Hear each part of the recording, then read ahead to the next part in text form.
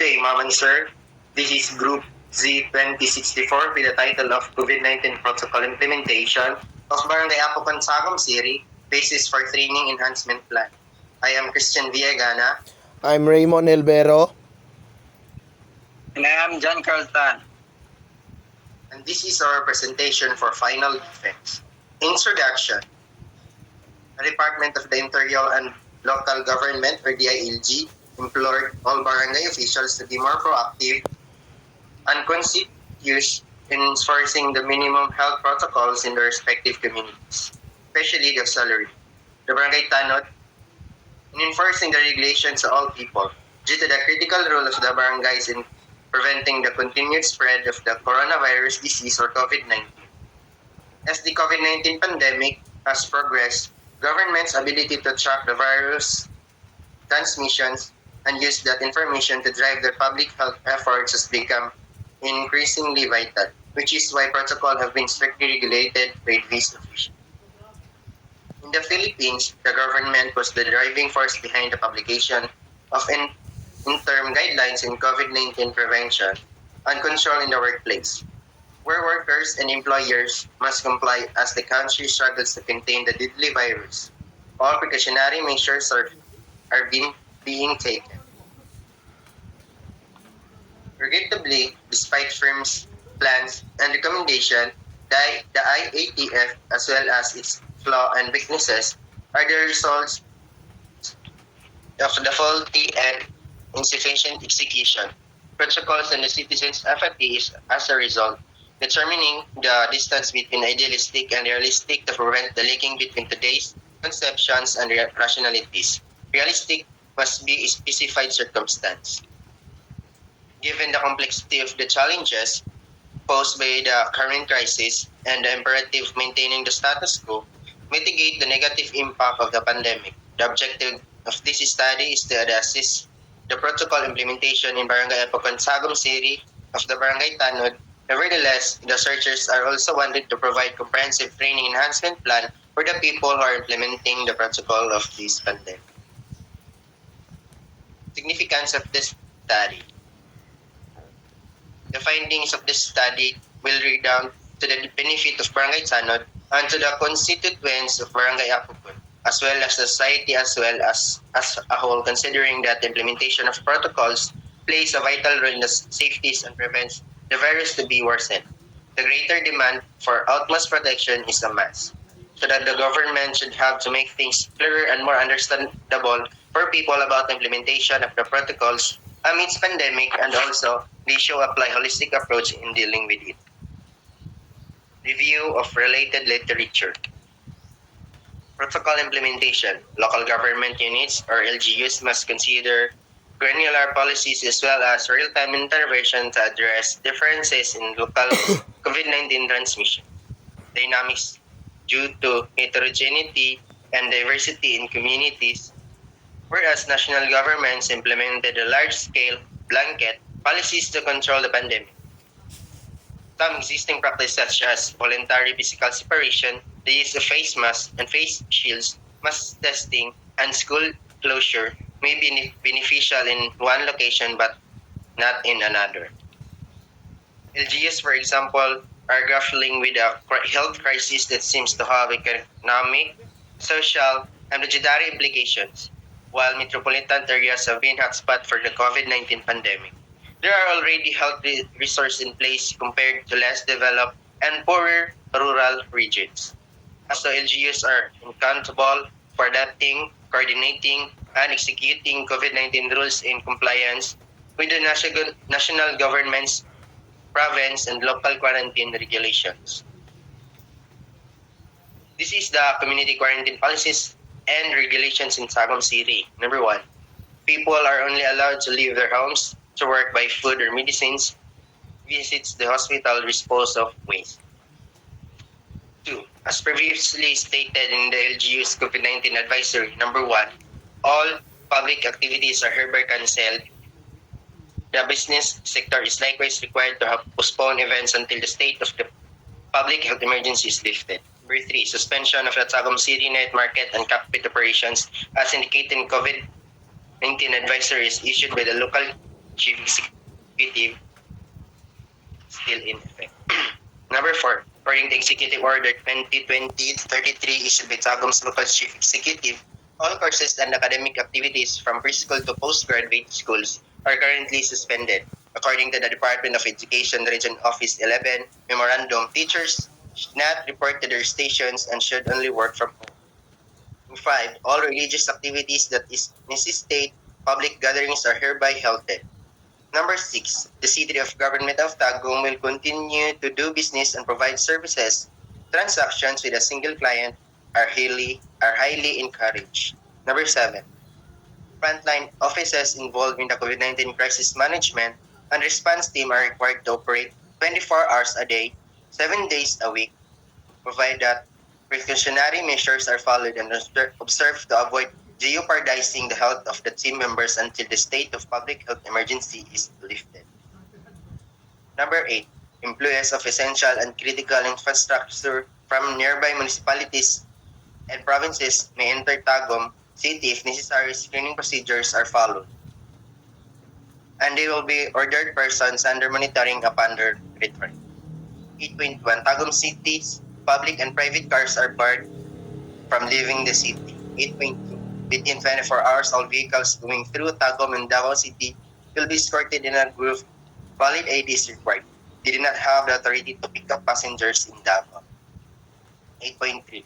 Vehicles belonging to members of the COVID-19 crisis management and response team, emergency vehicles, health workers, organic PNP, and 5 military personnel, delivery or supply chain vehicles coming from outside Tagum, and service vehicles of critical infrastructure undergoing emergency repairs such as transmission companies are permitted to pass through and enter Tagum City with proper identification.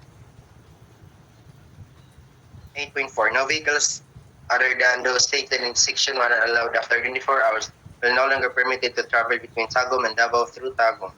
8.5. Workers from Tagum are permitted to work outside the city with the exceptions of those employed by the COVID-19 crisis.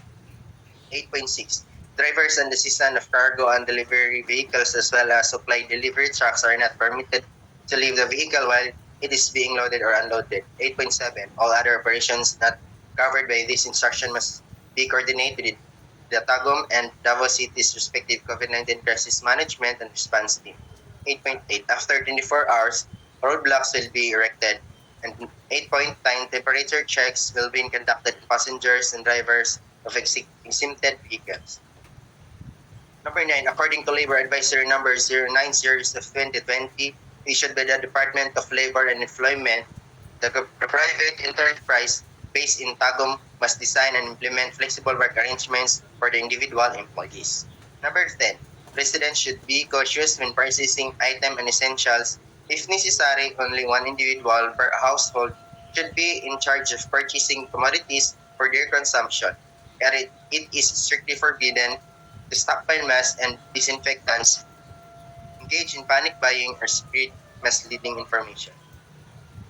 Number 11, Price Act or Public Act Number 7581 requires the Department of Trade and Industry to enforce a price freeze based on suggested retail of basic commodities and necessities. Number 12, all entertainment establishments including KTVs, bars, massage and wellness spas, nightclubs, internet cafe, Pesonet, Wi-Fi window, and inland resort as well as any other type of gambling have been shut down. From 9 p.m. to 5 p.m., a citywide liquor ban will be enacted. 13. From 9 p.m. to 5 a.m., a citywide curfew will be imposed. 14. Malls are urged to open only the most basic amenities such as groceries. Number 15. Everyone is encouraged to do their banking and meetings online. Number 16. Tagum City public transit will be permitted as long as the Department of Health's preventive procedures are followed. Number 17. All such activities that may be found to be useful in the community quarantine in the future. During the COVID-19 pandemic, hygienic behaviors like as maintaining a safe and secure physical distancing from others were important as proposed by Analog Sams 2020.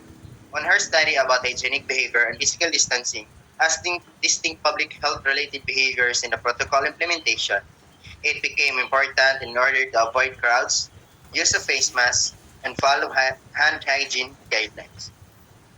To prevent the progression of COVID-19, law enforcement agencies have implemented a variety of strategies, including the hygienic behavior and imposed physical distancing, all of which require significant changes in everyday habits. Scholars from all across the world have been trying to learn more about how people comply with such recommendations or limits. Similarly, governmental agencies such as the Centers of Disease Control and Prevention, the Centers of Disease Control and Prevention in the United States of America stress the need of keeping physical distancing and hygienic behavior during the COVID-19 pandemic to help prevent the virus from dispersion. The most crucial measure that should be performed according to the Polish Chief Sanitary Inspectorate is to hand washing should be done often by everyone and avoid staying in a crowded place according to the Department of Public Health. The majority of current research on people's compliance with the public health related behaviors like physical distancing and hygienic behavior during the COVID-19 epidemic focuses on the composite measures of many types of behaviors rather than discriminating between them. Governmental actions, on the other hand, entail alterations to have a variety of various daily behaviors in the domination of what people should act upon. More so, the research of Young 2020 stressed out that public compliance with important health habits is required for physical distancing and hygienic behavior, where mitigation techniques to work. Individual level variables that predict adherence to COVID-19 guidelines, which may be targeted by public health messaging and interventions, are being examined.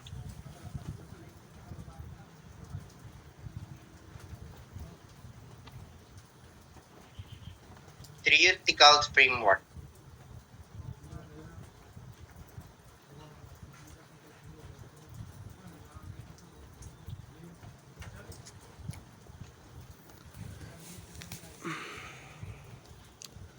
This study is anchored by Buckley and Capel, 1990, Book of Theory and Practice of Trainings. It states that effective training has a positive impact on a specific individual, group, or organization. Further, it talks on plan, approach to modify viewpoint, knowledge, ability, or conduct via learning, expertise to grasp successful performance in a certain task or range of activities. Also, one of its objectives, among other things, is to develop the abilities of certain persons and to meet the organization's future demands.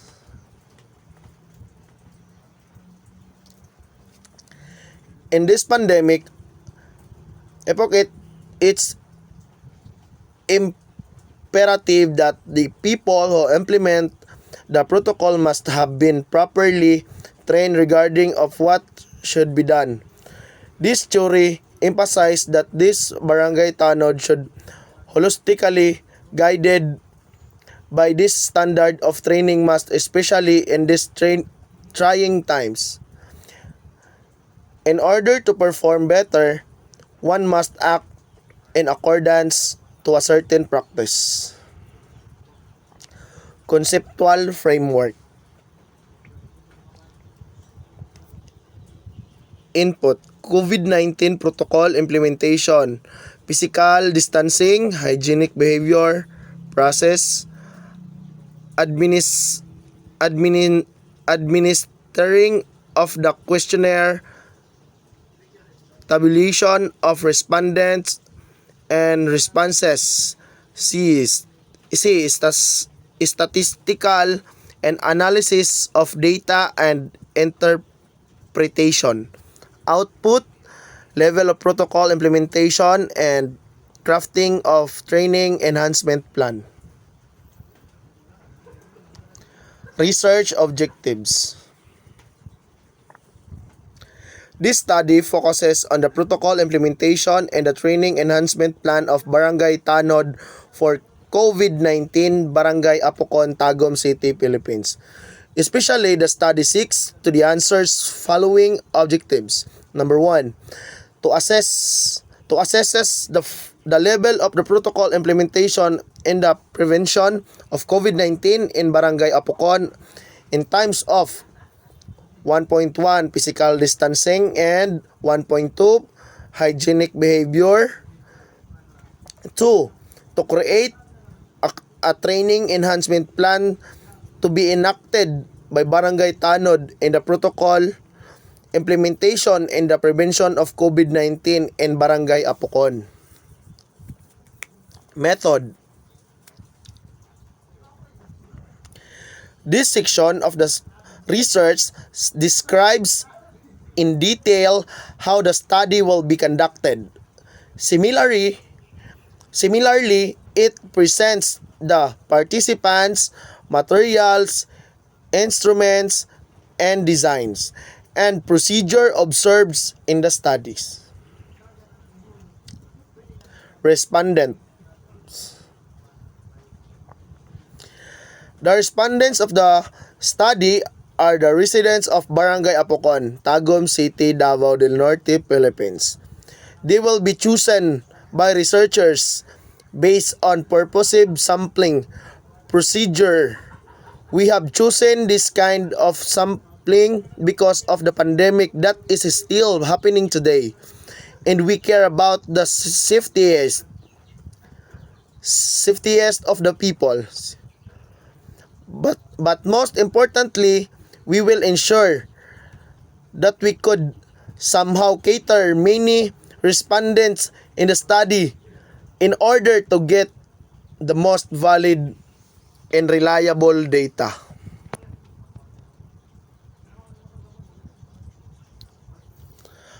According to Black 2010, in this technique, researchers often believe that they can obtain a representative sample by using a sound judgment, which will result in having time and money. This respondent will answer a questionnaire checklist that will be crafted by the researchers based on the standard of the IETF when it comes to a precautionary measures needed to avoid the spread of the virus. Then, constituents of Barangay Apocon will be chosen as a respondent of the study because most of us, the researchers living in this area, and we want to know if the implementation of COVID-19 protocol is manifested. Moreover, the goal of the researcher is to test the level of the variable and specific to determine if the implementation properly executed or not. The total population of the respondent also satisfied the quantity required for the research to be reliable. Instrument.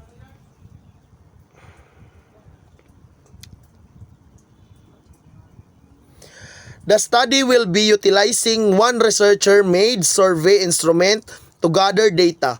First is survey questionnaire, which is used to find out the level of the trainings of the implementation of COVID-19 protocols. The survey questionnaire will be composed of 40 statements in totality. Moreover, the survey questionnaire subjected to content validation depending on how expert will the advisor propose. The Content Validity Index or CVI of each item will be computed by the statistician to determine if each item statement is approved by the recommended validators. Upon achieving this, a pilot test will be manifested. Achieving this pilot will be administered to Barangay Tanod of Barangay San Miguel. This response will be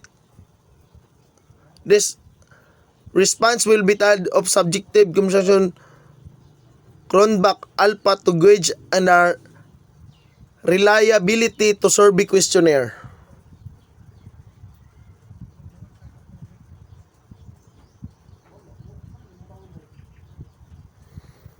Design and procedure. Design and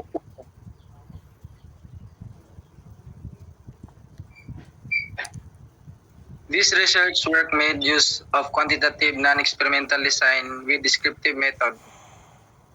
The descriptive method involves the answering of questions pertaining to the status of the subject being studied, particularly to narrow down to general characteristics of training and the implementation of COVID-19 protocols, level, and to suggest appropriate training enhancement plan of the Barangay Tanod in Barangay Apukon.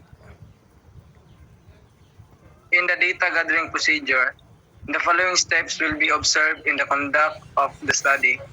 The researchers will write a letter addressed to the program head in the College of Criminal Justice Education, noted by the research advisor and also to the barangay captain of Apcon. The researchers then seek permission from the respondents to accept the research instruments and for them to participate. Another letter will be sent to the respondents with the questionnaires and approval from the research advisor asking for the respondents to be part of the study. After all the approval of the permissions, the researchers will be administered the survey tests. The researchers personally distributed the researcher made survey questionnaires to respondents considering the proper health protocols. The necessary data was compiled, tabulated, interpreted accordingly, and in the data analysis, the researchers will be using this statistical tool.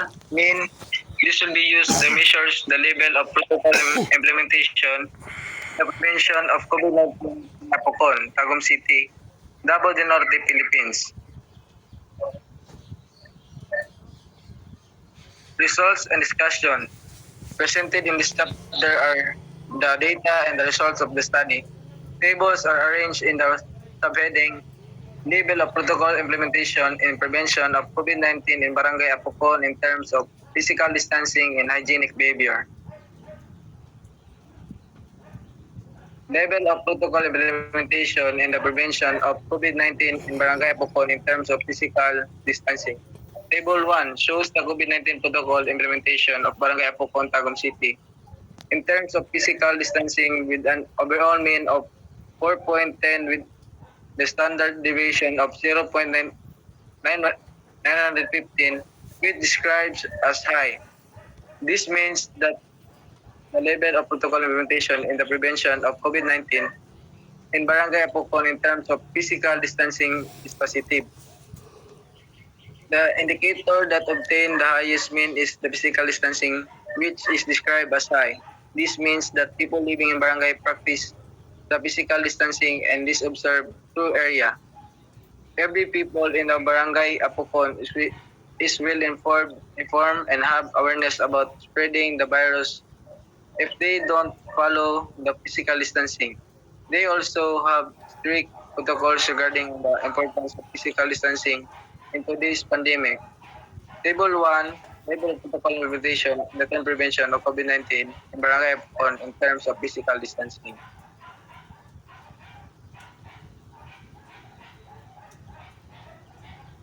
Respondents 200, average mean 4.09 is the 0.968.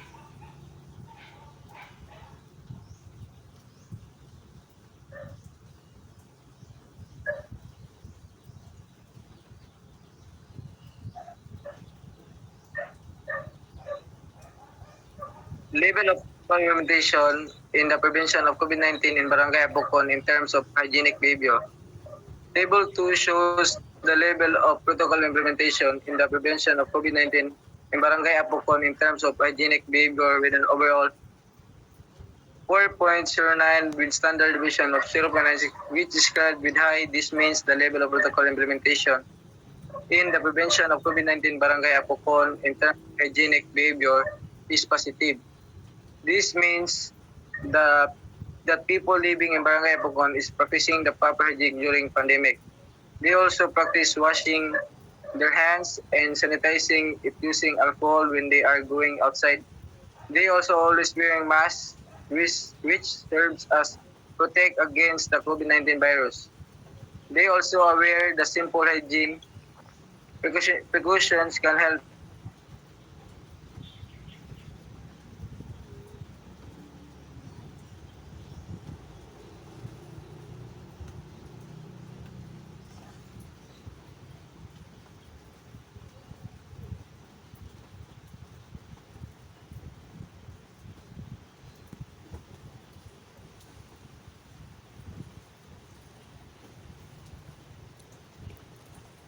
Can help safeguard. This means that people living in Barangay Apapon are practicing the proper hygiene during the pandemic.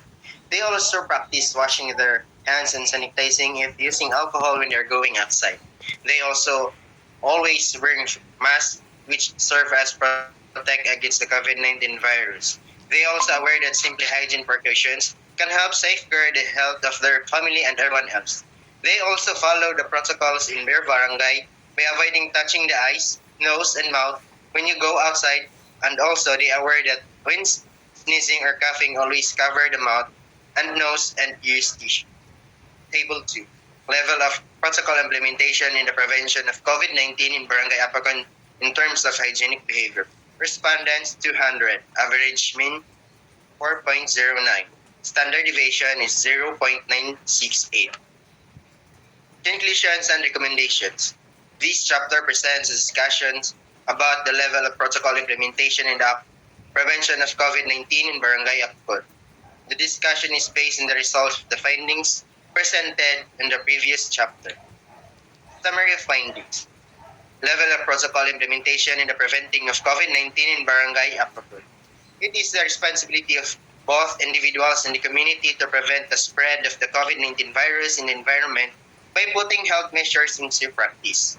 It is necessary to monitor and assess if the health protocol is being implemented in accordance with the criteria and guidelines set by the government. The first indicator of protocol implementation in the prevention of COVID-19 is physical distancing is high. This indicates the residents of the barangay engage in physical distance keeping which is visible across the neighborhood. Everyone in the barrio of Apocon is aware of the risk of transmitting the virus if they don't practice physical segregation and is well informed about it. Social distance is the habit of spending as much time alone and away from the people as possible. The act of social distance favors the telephone, internet video communication above face-to-face interaction. The phrase physical distancing is being used to emphasize the necessity to maintain a distance of at least 6 feet from individuals as well as the wearing of face masks as communities reopen and people are out in public more frequently. In the past, the terms social distance and physical distance, which are both defined below, have been used interchangeable. However, social distance is a tactic that is different from physical distance. Furthermore, the second indicator is hygienic behavior is also high. This means this indicates the residents of Barangay Apukon are following proper hygiene precautions throughout the pandemic. When they walk outside, they also routinely wash and sanitize their hands with alcohol. Additionally, they always wear masks to protect themselves from COVID-19 virus. They also aware that taking basic hygiene precautions can assist protect the health of everyone, including their family. They also abide by the customs of their barangay, which include not touching their eyes, nose, or mouths when they go outside and remembering to cover their mouths and noses with the tissue if they sneeze or cough. Everyone has personal obligation to maintain physical distance, often wash their hands, use and discard tissues properly, avoid touching their face, follow quarantine isolation procedure, and show respect to others. One of the greatest ways to prevent exposure to COVID-19 is to keep some distance between you and other people, even they are symptom-free. It is vital to keep a physical distance from others, since which people can transfer the virus even when they are not sick or where they are infected. One of the most crucial things people can do to stop the spread of COVID-19 is to regularly wash their hands. After touching anything in public place, after using the restroom, before consuming anything, and after touching one's face or blowing one's nose, and one should wash their hands. Conclusion. Based on the finding of the study, conclusions are drawn in this section. The level of protocol implementation in the barangay in the prevention of COVID-19 in Barangay Apocon in terms of physical distancing is high. This means that the level of protocol implementation represented of COVID-19 in Barangay Apocon in terms of physical distancing is much observed. The level of protocol implementation in the prevention of COVID-19 Barangay Apocon in terms of hygienic behavior is high or likely observed the regulation pertaining of hygienic behavior in the Barangay Apocon. The results further showed that the level of protocol implementation in the prevention of COVID-19 in Barangay Apocon must enhance to have an impact in maintaining the protocol implementation in combating the COVID-19. Recommendation. After a cautious review of discoveries of the study and the relevant conclusions drawn, the accompanying recommendations are advertised. The level of protocol implementation in the prevention of COVID-19 in Barangay Apocon in terms of all indicators is high. It has to be elevated to very high. According to the results and the findings of the study, the local government in the Barangay Apocon has been successfully informing, monitoring, and educating their citizens about the safety protocols during COVID-19 pandemic. Yet, to make it even higher, they should also establish more training enhancement plan that will be trained more the barangay officials, especially the tanods, which the major person to monitor and secure the citizens during the pandemic. The barangay officials should engage more regarding of the training enhancement plan about the prevention protocols. Specifically, the researchers purpose the training enhancement plan. Especially the researchers proposed the training enhancement plan. Suggested intervention scheme projected title. This intervention scheme is entitled Inclusive for Training Enhancement Plan. Rationale. This strategy aims to lay forth guidelines for training barangay tanods in Barangay Apocon about the use of the protocol in terms of physical separation and hygienic behavior. Every barangay's protocol must be more applicable to our tanods who act as the first line of defense in terms of vetting every citizen's compliance with the rules. The tanod must be aware of how the protocol is implemented in their barangay and be able to correctly apply and enhance it.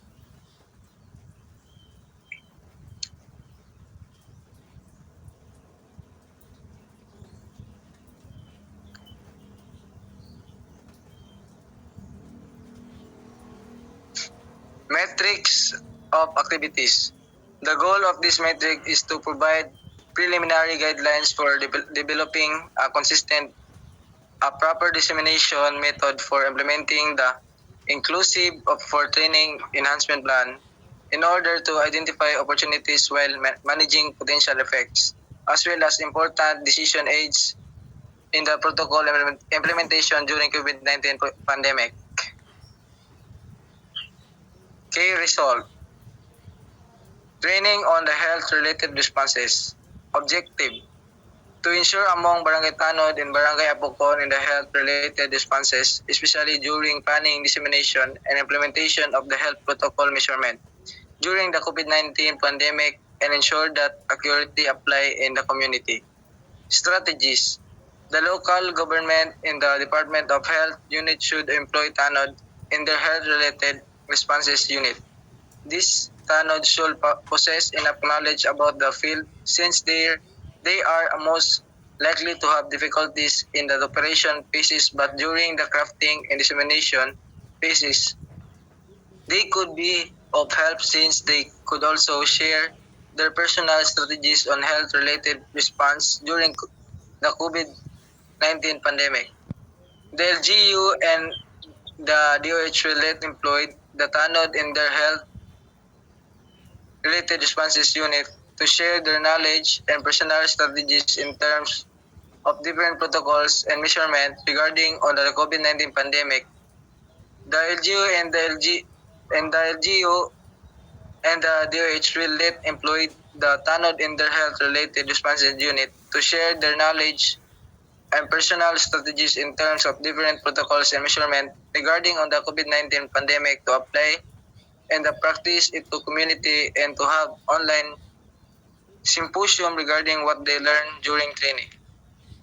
Person involved.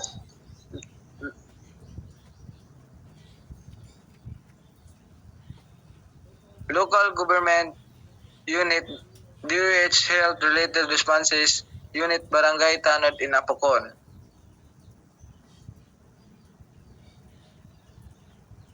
So this is the group Z2064, and this is our final defense. That could be all. Thank you, and God Thank you, bless. ma'am. Thank you, sir. Thank you, ma'am. Thank Thank you, you, ma'am. sir.